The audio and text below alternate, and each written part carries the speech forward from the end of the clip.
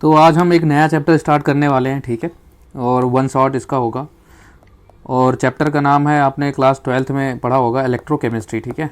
जिन्होंने नहीं पढ़ा है वो आज पढ़ लेंगे, ठीक है।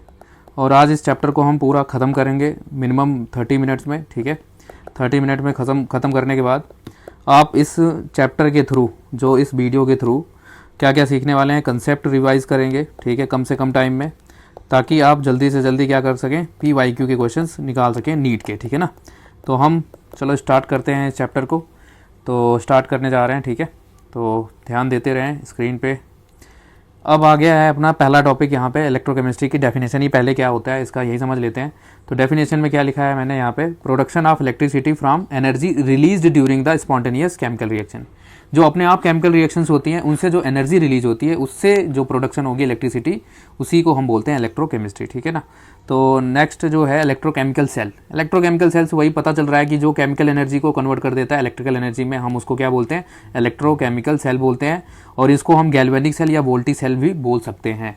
एग्जाम्पल में डैनियल सेल इसका एक एग्जाम्पल है। देखो एक डायग्राम बनाई है यहाँ पे, बहुत इंपॉर्टेंट डायग्राम है, ठीक है।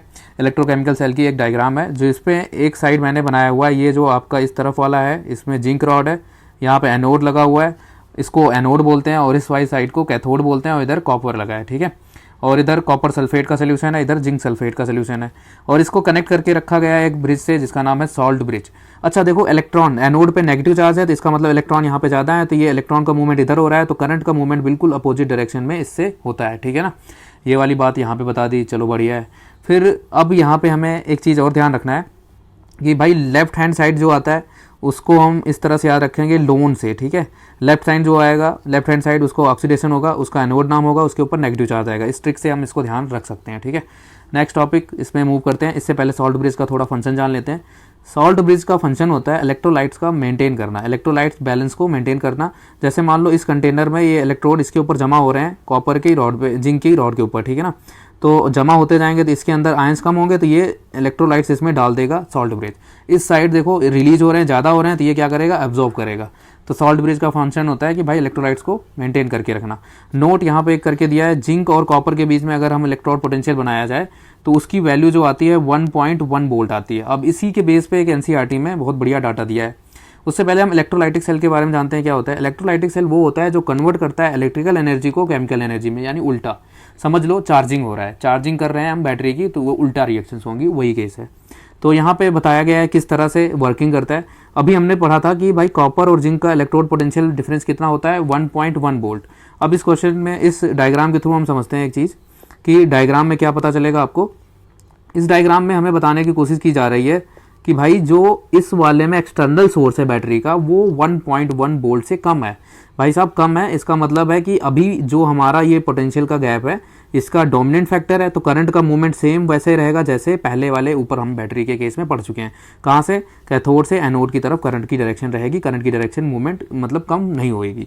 अगले वाले केस में देखो एकदम बराबर कर दिया है, तो और गैल्वेनोमीटर के अंदर डिफ्लेक्शन 0 हो गया। इसका मतलब है करंट का जो नेट पोटेंशियल है वो 0 हो जाएगा। ये इलेक्ट्रोलाइटिक सेल हम इसलिए यूज़ करते हैं ताकि पता कर सके कि इसकी पोटेंशियल डिफरेंस कितनी है। बैटरी में जो हम बना रहे हैं कॉपर लेके और जिंक लेके, इसका पोटेंशियल डिफरेंस कितना डेवलप हुआ है ये पता करने के लिए। अगर हम बराबर एग्जैक्ट उसी के लगा लेंगे तो गैल्वेनोमीटर डिफ्लेक्शन नहीं शो करेगा। हम इस तरह से बता सकते हैं कि जो हमने इन इलेक्ट्रोड्स को यूज़ करके बैटरी बनाई है उसका पोटेंशियल डिफरेंस हमें 1.1 मिला है, ठीक है ना। अगला एक सी केस है NCERT में, जिसमें कहा है कि अगर 1.1 से अगर हम ज़्यादा वोल्टेज दे दें एक्सटर्नल सोर्स का, तब क्या होगा भाई, करंट की डायरेक्शन अपोजिट हो जाएगी। अब ये चार्जिंग होने लगेंगे। पहले डिस्चार्ज हो रहे थे, यानी इलेक्ट्रोड पोटेंशियल से अपने आप से करंट रिलीज करवा रहे थे, अब ये क्या करने नए उल्टा प्रोसेस करवाएंगे। अब देखो ये वाला पॉजिटिव हो गया और वो नेगेटिव हो जाएगा, ठीक है। तो इस तरह से ये केस है कि भाई इस केस में करंट जो है रिवर्स डायरेक्शन में चली जाएगी। किस केस में, जब आप एक्सटर्नल सोर्स बैटरी की ज़्यादा वैल्यू लेते हैं। यहाँ पे कुछ इंपॉर्टेंट डिफरेंस लिखा हुआ है इलेक्ट्रोकेमिकल सेल और इलेक्ट्रोलाइटिक सेल के बीच में। डेल्टा जी की वैल्यू, यानी स्पॉन्टेनियस रिएक्शन होती है इलेक्ट्रोकेमिकल में, अपने आप होती है, इसीलिए हमेशा नेगेटिव आएगी। इसमें हमने करवाया है तो इसमें क्या होगा, पॉजिटिव आएगा। इसमें 2 इलेक्ट्रोड यूज़ करते हैं और सेपरेट बीकर्स लिया जाता है। अभी हमने जो ऊपर डायग्राम देखी, इसमें सिंगल मतलब बीकर होता है और 2 इलेक्ट्रोड एक ही बीकर में प्रेजेंट होते हैं, ठीक है।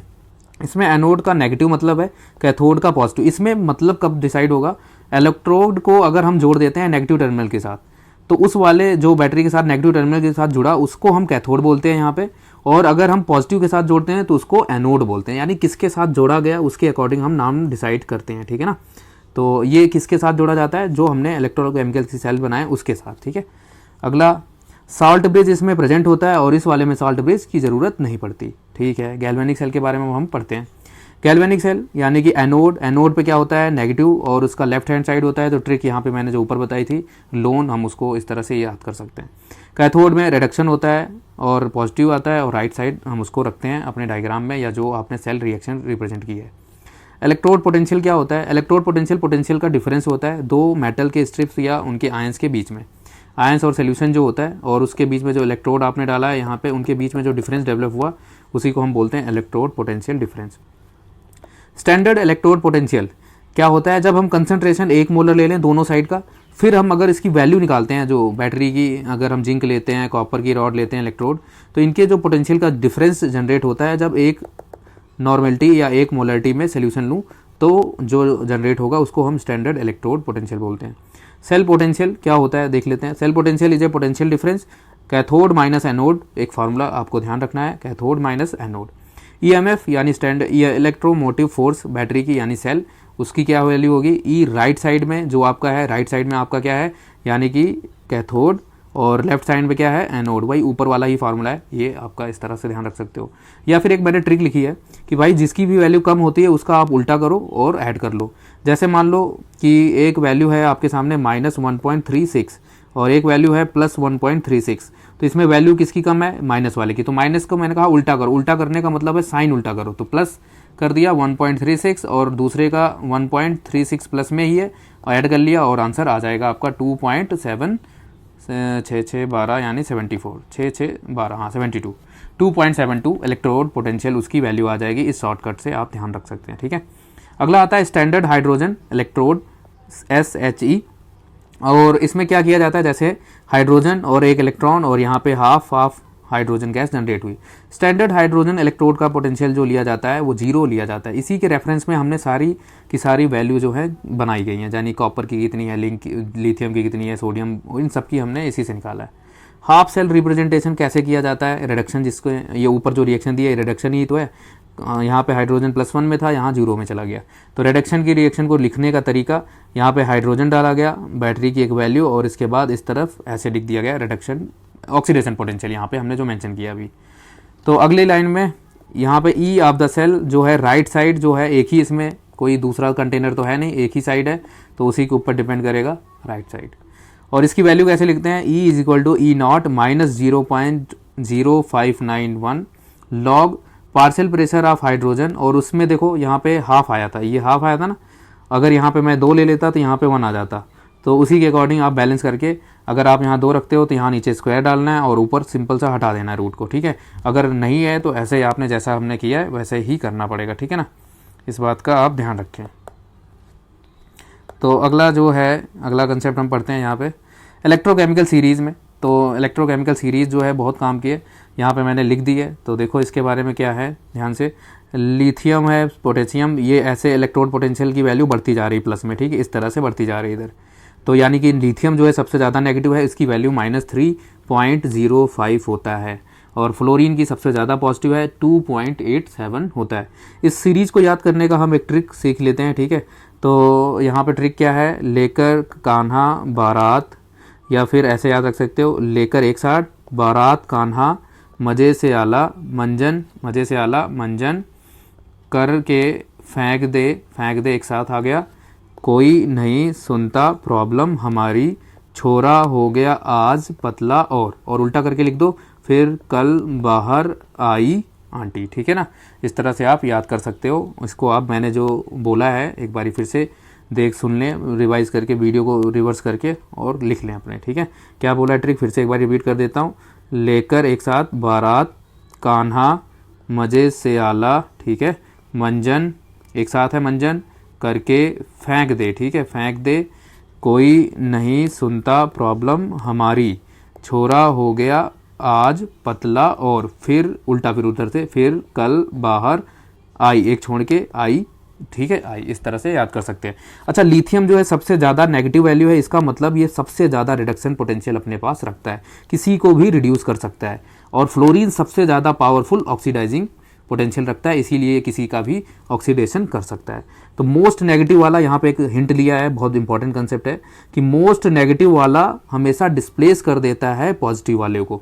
यानी कहने का मतलब है माइनस, यहाँ पे जो लाइन है इसका मतलब क्या है, ये देखो कि जैसे मान लो -3.05 है, इसका नाम A है, और एक है 2.05, इसका नाम है B। तो यानी सबसे ज़्यादा नेगेटिव कौन है? A वाला। तो A वाला किसको डिस्प्लेस करेगा? इसको, यानी कि डिस्प्लेस कर देगा का मतलब है कि A एक कंपाउंड है, जैसे मान लो AB है कुछ, तो यहाँ से ये बाहर चला जाएगा, तो इसका खुद का क्या हो जाएगा? ऑक्सीडेशन, यानी A पॉजिटिव में कन्वर्ट हो जाएगा, और B का क्या हो जाएगा? रिडक्शन, वो सॉल्ट से बाहर हो जाएगा। ठीक है, अब हम आगे मूव करते हैं। एक अगली इक्वेशन है जो अपनी नर्नेस्ट इक्वेशन। ठीक है, इस नर्नेस्ट इक्वेशन पे सवाल आता है नीट में, तो यानी कि इंपॉर्टेंट है, समझते हैं। नर्नेस्ट इक्वेशन कैसे लिखते हैं? तो यहाँ पे एक रिडक्शन की रिएक्शन लिखी हुई है, यहाँ पे ज़्यादा था, फिर यहाँ पे 0 हो गया, तो रिडक्शन। तो यहाँ पे लिखने का तरीका है E = E0 - 2.303 RT/NF log product अपान रिएक्टेंट। ये सॉलिड है तो सॉलिड की वैल्यू 1 हो जाती है, तो प्रोडक्ट में इसकी वैल्यू 1 हो गई, और जो आयंस की फॉर्म में होगा उसकी वैल्यू जैसा होगा कंसंट्रेशन में वैसे डाल देना नीचे। ठीक है, लॉग में ये आ गया। आर की वैल्यू हमने कितनी डालनी है? 8.314। टेम्परेचर की वैल्यू कितनी ली गई है? 298, और फैराडे यानी कितना चार्ज कूलम है, तो यानी 96,500 कूलम। ठीक है, तो इनकी वैल्यू अगर हम डालें और इसको सॉल्व करें तो नर्नेस्ट इक्वेशन की जो स्टैंडर्ड इक्वेशन मिलती है, E = E0 - 0.0591 divided by n log 1 upon concentration of Mn positive ions. ये आपको याद रखना है। इसको और लिखने का तरीका देख लेते हैं कैसे। ये जैसे एक AB कोई, और ये AA और BB वाली इक्वेशन प्रोडक्ट कुछ बना रही है, तो E0 जो हम लिखेंगे E सेल, तो E0 - 2.303 RT/NF लॉग प्रोडक्ट का कंसनट्रेशन, प्रोडक्ट ये है तो इसका कंसनट्रेशन, अपान रिएक्टेंट का कंसनट्रेशन। नेक्स्ट, इक्विलिब्रियम कांस्टेंट के कैसे निकालते हैं? इक्विलिब्रियम कांस्टेंट पे क्या होती है? ई सेल जो होता है नेट, उसका 0 हो जाता है, तो E0 = आ जाता है 2.303 RT/NF log Kc। ये आपका इक्विलिब्रियम कांस्टेंट है, आप इसको फाइंड कर सकते हैं। गिब्स एनर्जी डेल्टा G = होता है माइनस का साइन जरूर ध्यान रखना, -NFE ऑफ द सेल। ठीक है, अगला है डेल्टा G का एक और रिलेशन, -2.303 RT log K। ये इक्विलिब्रियम कांस्टेंट है, यहाँ पे इसकी वैल्यू आप फाइंड कर सकते हैं, डेल्टा G अगर आपको पता है। सेल रिप्रेजेंटेशन कैसे किया जाता है? जैसे कि ये रिएक्शन लिखी है, कॉपर प्लस मरकरी +2 आयंस के साथ रिएक्ट कर रहा है, यहाँ पे कॉपर +2 में चला गया, मरकरी 0 में चला गया। तो इसकी रिप्रेजेंटेशन आपको पहले से लिख देना है कि ये क्या है, इस साइड रिएक्टेंट, इस साइड क्या है, ये प्रोडक्ट। तो लिखने का पहले कॉपर को पकड़ा, जिसको देखा कि ऑक्सीडाइज हो रहा है, ऑक्सीडेशन वाले को पहले लिखते हैं लोन के अकॉर्डिंग। ठीक है ना, तो पहले कॉपर लिखा, कॉपर यहाँ पे रिएक्टेंट है, और ये फिर प्रोडक्ट, ऐसे लिखो RP। ठीक है, रिएक्टेंट प्रोडक्ट, तो रिएक्टेंट से प्रोडक्ट में, और ये डबल जो लाइनें लगी हैं सॉल्ट ब्रिज को रिप्रेजेंट करती हैं, और इस तरह से मरकरी को भी लिख दिया। ट्रिक फॉर नर्नेस्ट इक्वेशन को हम कैसे सॉल्व कर सकते हैं, जल्दी से जल्दी देखते हैं। तो जैसे कॉपर और ऊपर वाली जो रिएक्शन है उसी का हमने लिखा है, कॉपर +2 में गया, मरकरी +2 से मरकरी 0 में गया, तो ये रिएक्टेंट हो गया, ये प्रोडक्ट हो गया, और ये रिएक्टेंट, ये प्रोडक्ट। अब हम E = लिखने जा रहे हैं E0 - 0.059 N, यानी वैलेंसी यहाँ कितनी आ जाएगी? जब अगर दोनों में सेम है तो हम क्या लिख देंगे? एग्जैक्टली 2। डिफरेंट होता है तो मल्टीप्लाई करके नीचे वैलेंसी फैक्टर की वैल्यू डालते हैं। लॉग प्रोडक्ट अपान रिएक्टेंट, तो प्रोडक्ट अपान रिएक्टेंट भी लिख दिया गया। प्रोडक्ट हमने देखा यहाँ पे कॉपर था, प्लस आयन वाला कॉपर ही लिखना है, सॉलिड वालों के 1 वैल्यू हो जाएगी, इसकी 1 हो जाएगी, इसको हटा देना है यहाँ से, इसको भी हटा देना है। तो जो आयंस की फॉर्म में उनको हमने लिख दिया। ठीक है, एक और है, जैसे मान लो यहाँ पे डिफरेंट वैल्यू होंगी, जैसे कैडमियम के ऊपर +2 चार्ज है और क्रोमियम के ऊपर +3, डिफरेंट वैल्यूज हैं। ठीक है, चार्ज की, तो इस केस में हमने क्या करना है? मल्टीप्लाई करना है, तो 2 × 3 तो कितना आ जाएगा वैलेंसी फैक्टर? 6। तो यार क्वेश्चन में 6 डाल दिया। ठीक है, अब आपका लॉग, अब हमने वही लिखना है क्रोमियम, जैसे इधर आयंस लिखा है प्रोडक्ट अपान रिएक्टेंट, तो प्रोडक्ट की वैल्यू लिख दी, ये प्रोडक्ट है, ये रिएक्टेंट, इन दोनों के आयंस लिख दिए। अब ये 2 और 3 कैसे आया? हमें टोटल चार्ज सेम होना चाहिए, अंदर 3 है तो देखा कि यार 6 कर सकते हैं, इस वाले चार्ज को ऊपर भर दिया और इस वाले के 3 को नीचे डाल दिया। तो इस तरह से हम जब मल्टीप्लाई करें तो देखो दोनों की तरफ 6 बनना चाहिए, तो ये आपका बन जाएगा कंप्लीट इस तरह का रिएक्शन। ठीक है ना, बगैर पूरी कंप्लीट बैलेंसिंग वगैरह कुछ नहीं करना, आपने ऐसे ही शॉर्टकट में निपटा सकते हो क्वेश्चन को। एक कंसेप्ट रिवीजन के लिए क्वेश्चन भी दिया मैंने। ठीक है, बहुत इंपॉर्टेंट है भाई। एक नीट 2009 में ये क्वेश्चन आया है, इसमें क्या लिखा है कि कॉपर +2 और 2 इलेक्ट्रॉन्स रिएक्ट करके कॉपर में जा रहे हैं और इसकी इलेक्ट्रोड पोटेंशियल इतनी दी हुई है। कॉपर +2 से 1 इलेक्ट्रॉन और यहाँ से फिर इतनी दी है। अब कह रहे हैं क्वेश्चन में ये एक रिएक्शन है, इसकी आप बताओ ई की वैल्यू कितनी होगी। अब क्या है, कुछ बच्चे जल्दी जल्दी में डायरेक्ट कर देंगे, इसको डायरेक्ट नहीं करना है। डायरेक्ट इसलिए नहीं करना क्योंकि भाई इलेक्ट्रॉन का नंबर डिफरेंट है, इसीलिए आप डायरेक्टली नहीं कर सकते। उल्टा करके ये चीज़ करके ऐड करके सब्ट्रैक्ट करके नहीं कर सकते क्योंकि इलेक्ट्रॉन का नंबर डिफरेंट है। तो कैसे किया जाए, तो इसमें हम लगाते हैं कंसेप्ट गिब्स फ्री एनर्जी का। तो देखो हमें ये वाली रिएक्शन बनानी है, कैसे मिलेगी। अब तो देखना है पहले कॉपर +2 आयंस, इधर है रिएक्टेंट साइड और इधर है प्रोडक्ट साइड। इसको उल्टा करना पड़ेगा इस रिएक्शन को, तो यानी 2 वाले को उल्टा करेंगे। यहाँ उल्टा करने का मतलब अगर ये वाली इलेक्ट्रॉन पोटेंशियल प्लस में है तो वो माइनस में हो जाती है। तो यहाँ पे वही बात लिखी है कि जो 2 वाली है उसको उल्टा करके लिखा है, तो यहाँ पे साइन माइनस का डाल दिया, ठीक है। और फिर क्या किया है, हाँ बाकी जो ऊपर वाली है वैसे के वैसे उसके साथ आगे रख दी गई है, ठीक है ना। अब जब हमने उल्टा किया तो साइन में क्या हो गया, नेगेटिव। यहाँ पे वही बात लिखी है, डेल्टा जी का फार्मूला डाला -NFe और इज इक्वल टू -NFe और यहाँ पे पहले से माइनस था तो एक माइनस माइनस हो जाएगा +NFe। अब यहाँ पे जो जो वैल्यू दी है इनकी डालनी है। n का मतलब है यहाँ नंबर ऑफ इलेक्ट्रॉन्स, इसमें देखो इलेक्ट्रॉन कितने हैं, 2 डाल देंगे। इसमें कितना है 1, तो यानी कि 2 वाली जो नंबर 1 वाली इक्वेशन है, नंबर 1 वाली कौन सी इक्वेशन है, पहली वाली ये वाली। इसमें देखो 2 आ गया n की वैल्यू, इधर देखो इसमें 1 है तो 1 डाल दिया और इस वाले में कितना था, यहाँ पे नीचे फाइनल वाली नीचे वाली रिएक्शन में 1 था, वो भी 1 ही डाल दिया, ठीक है ना। अब हम इसको बस सॉल्व करेंगे, माइनस उधर भेज दिया और इसको सॉल्व किया। जब सॉल्व किया तो आंसर आ गया हमारा 0.52 जो कि आंसर नंबर डी है, ठीक है। नेक्स्ट क्वेश्चन की तरफ, एक और कंसेप्ट रिवीजन के लिए। गिब्स एनर्जी दी हुई है for the decomposition of aluminium oxide at 500 degree Celsius.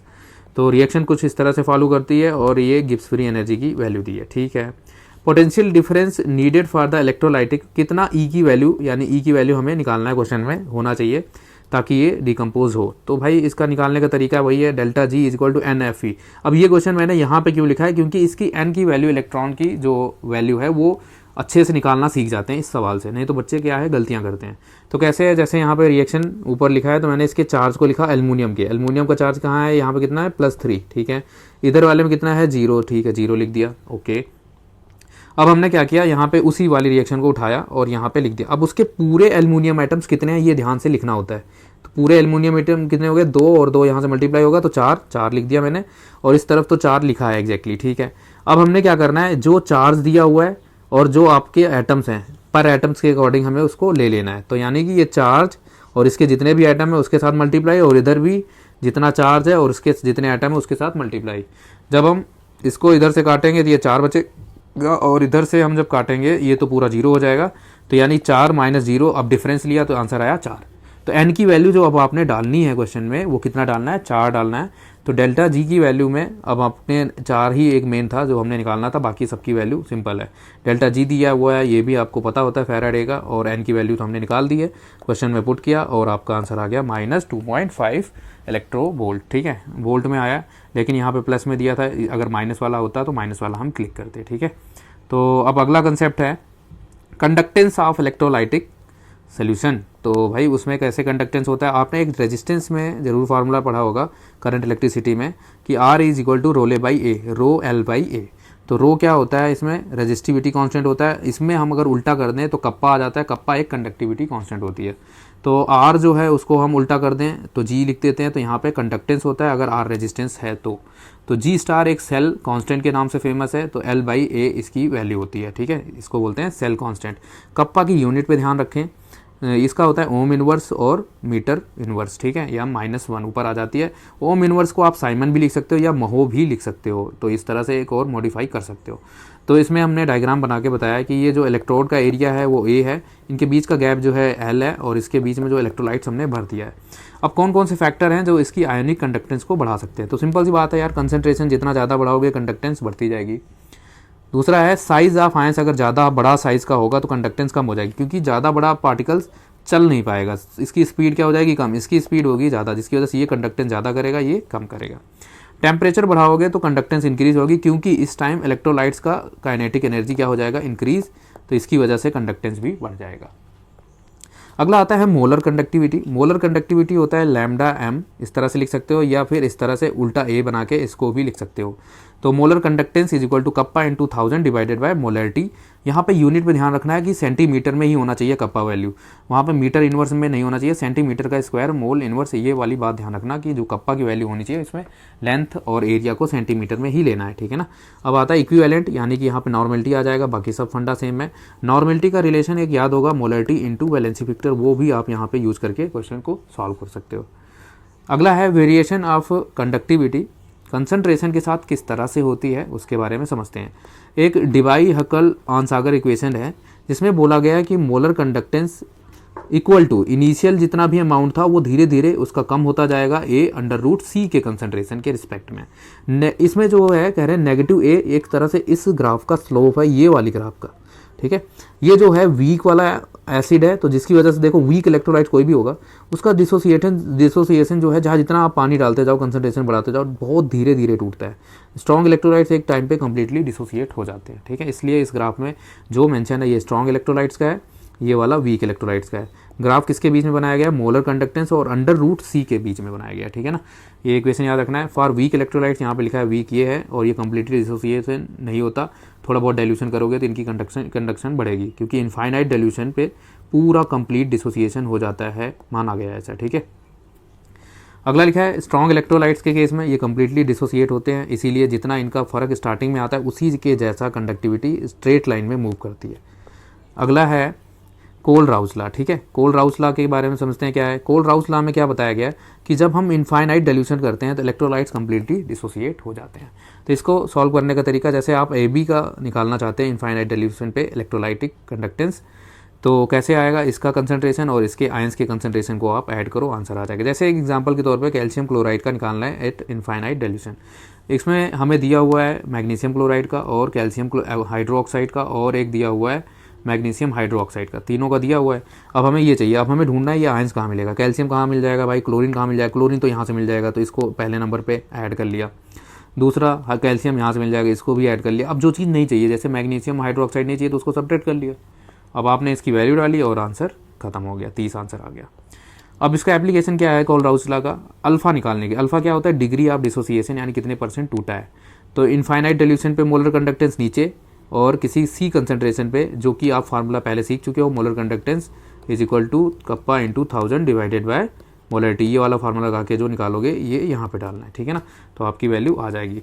Ka यानी कि डिसोसिएशन कांस्टेंट है, वो आपका डिग्री ऑफ डिसोसिएशन है, ये डिसोसिएशन कांस्टेंट है, C अल्फा का स्क्वायर 1 माइनस अल्फा। अल्फा की वैल्यू बहुत छोटी होती है 1 के कंपेरिजन में, इसीलिए नेग्लेक्ट कर सकते हैं, तो C अल्फा स्क्वायर याद रख सकते हैं आप।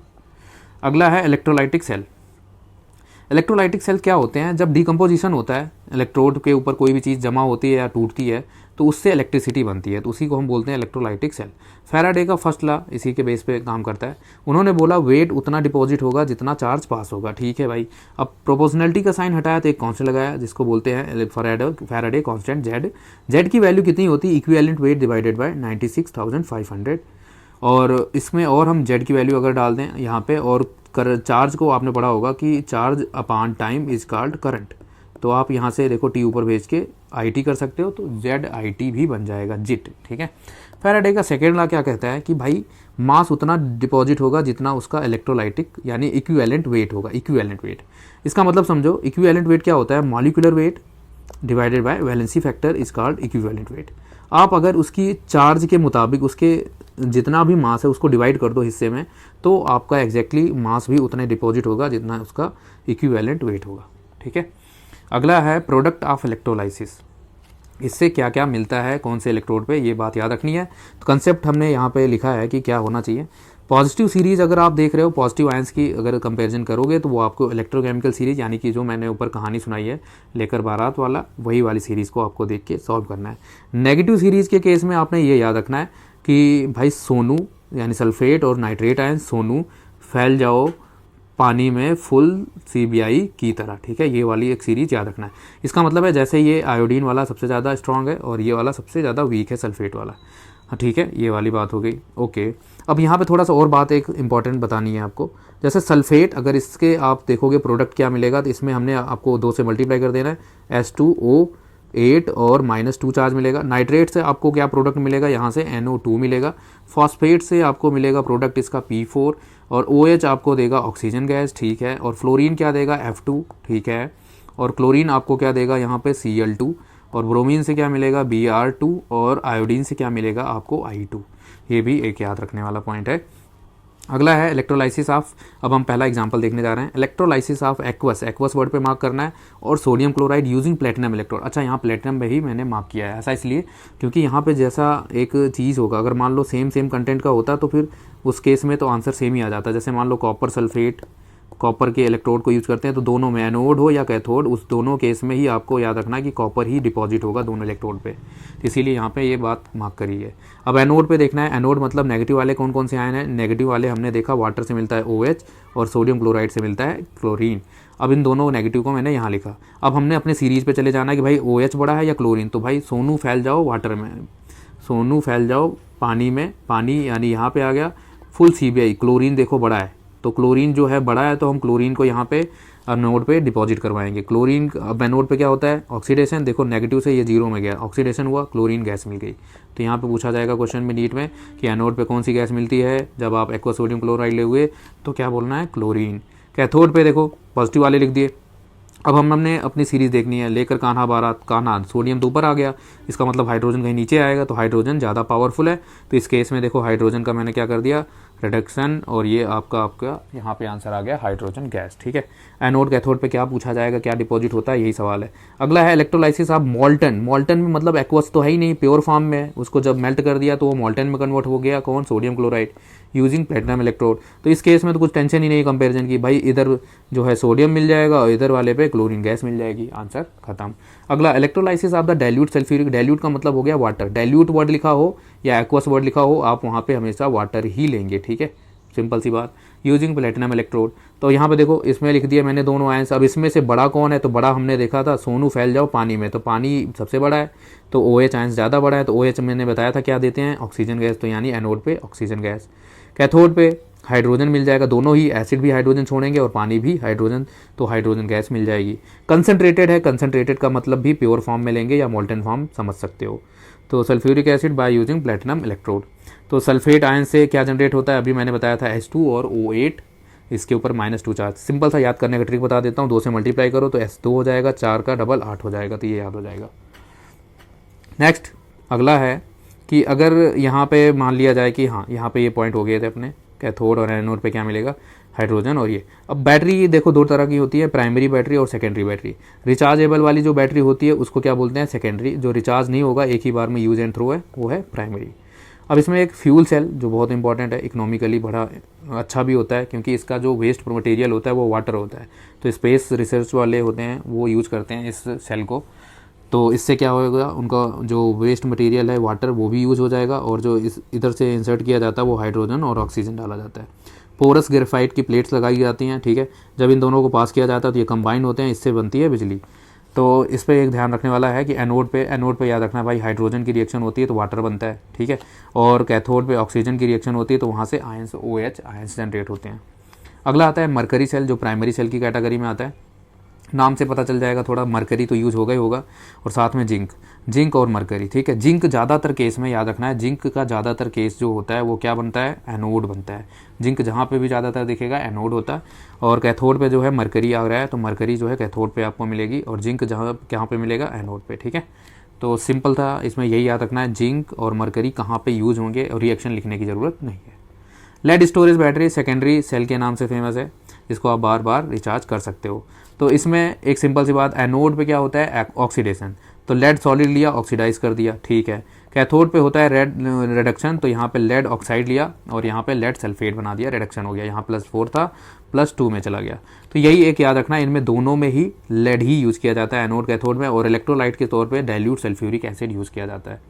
निकल कैडमियम की बैटरी, इसमें देखो नाम से पता चल रहा है एक निकल है और कैडमियम, कैड से याद रहा एनोड, तो याद रहेगा कि भाई कैड एनोड, एनोड से मतलब ये एनोड पे कौन सी चीज़ लेना है कैडमियम, एनोड पे क्या होता है ऑक्सीडेशन, तो भाई ऑक्सीडाइज हो गया। कैथोड पे फिर बचा हुआ निकल ले लेंगे, निकल का क्या हो जाएगा रिडक्शन, खत्म। बस हमें याद रखना है बैटरी में क्या क्या निकल कैडमियम में कहाँ पे एनोड कहाँ पे कैथोड है, यही सवाल आपसे नीट में पूछा जाएगा। हाइड्रोजन इकोनॉमी क्या होता है कि भैया इसमें रीन्यूएबल यानी कि नॉन पोल्यूटिंग होता है और बार बार रीयूजेबल होता है, रिन्यू हो जाता है। जैसे मान लो ये वाटर बनेगा, कंबाइन होकर अभी हमने देखा तो वाटर बन रहा था, अब वाटर को हम फिर इलेक्ट्रोलाइसिस से क्या तोड़ सकते हैं ऑक्सीजन और हाइड्रोजन में, तो इसीलिए रीन्यूएबल और इकोनॉमिकली ये बड़ा यूज़फुल है, ठीक है।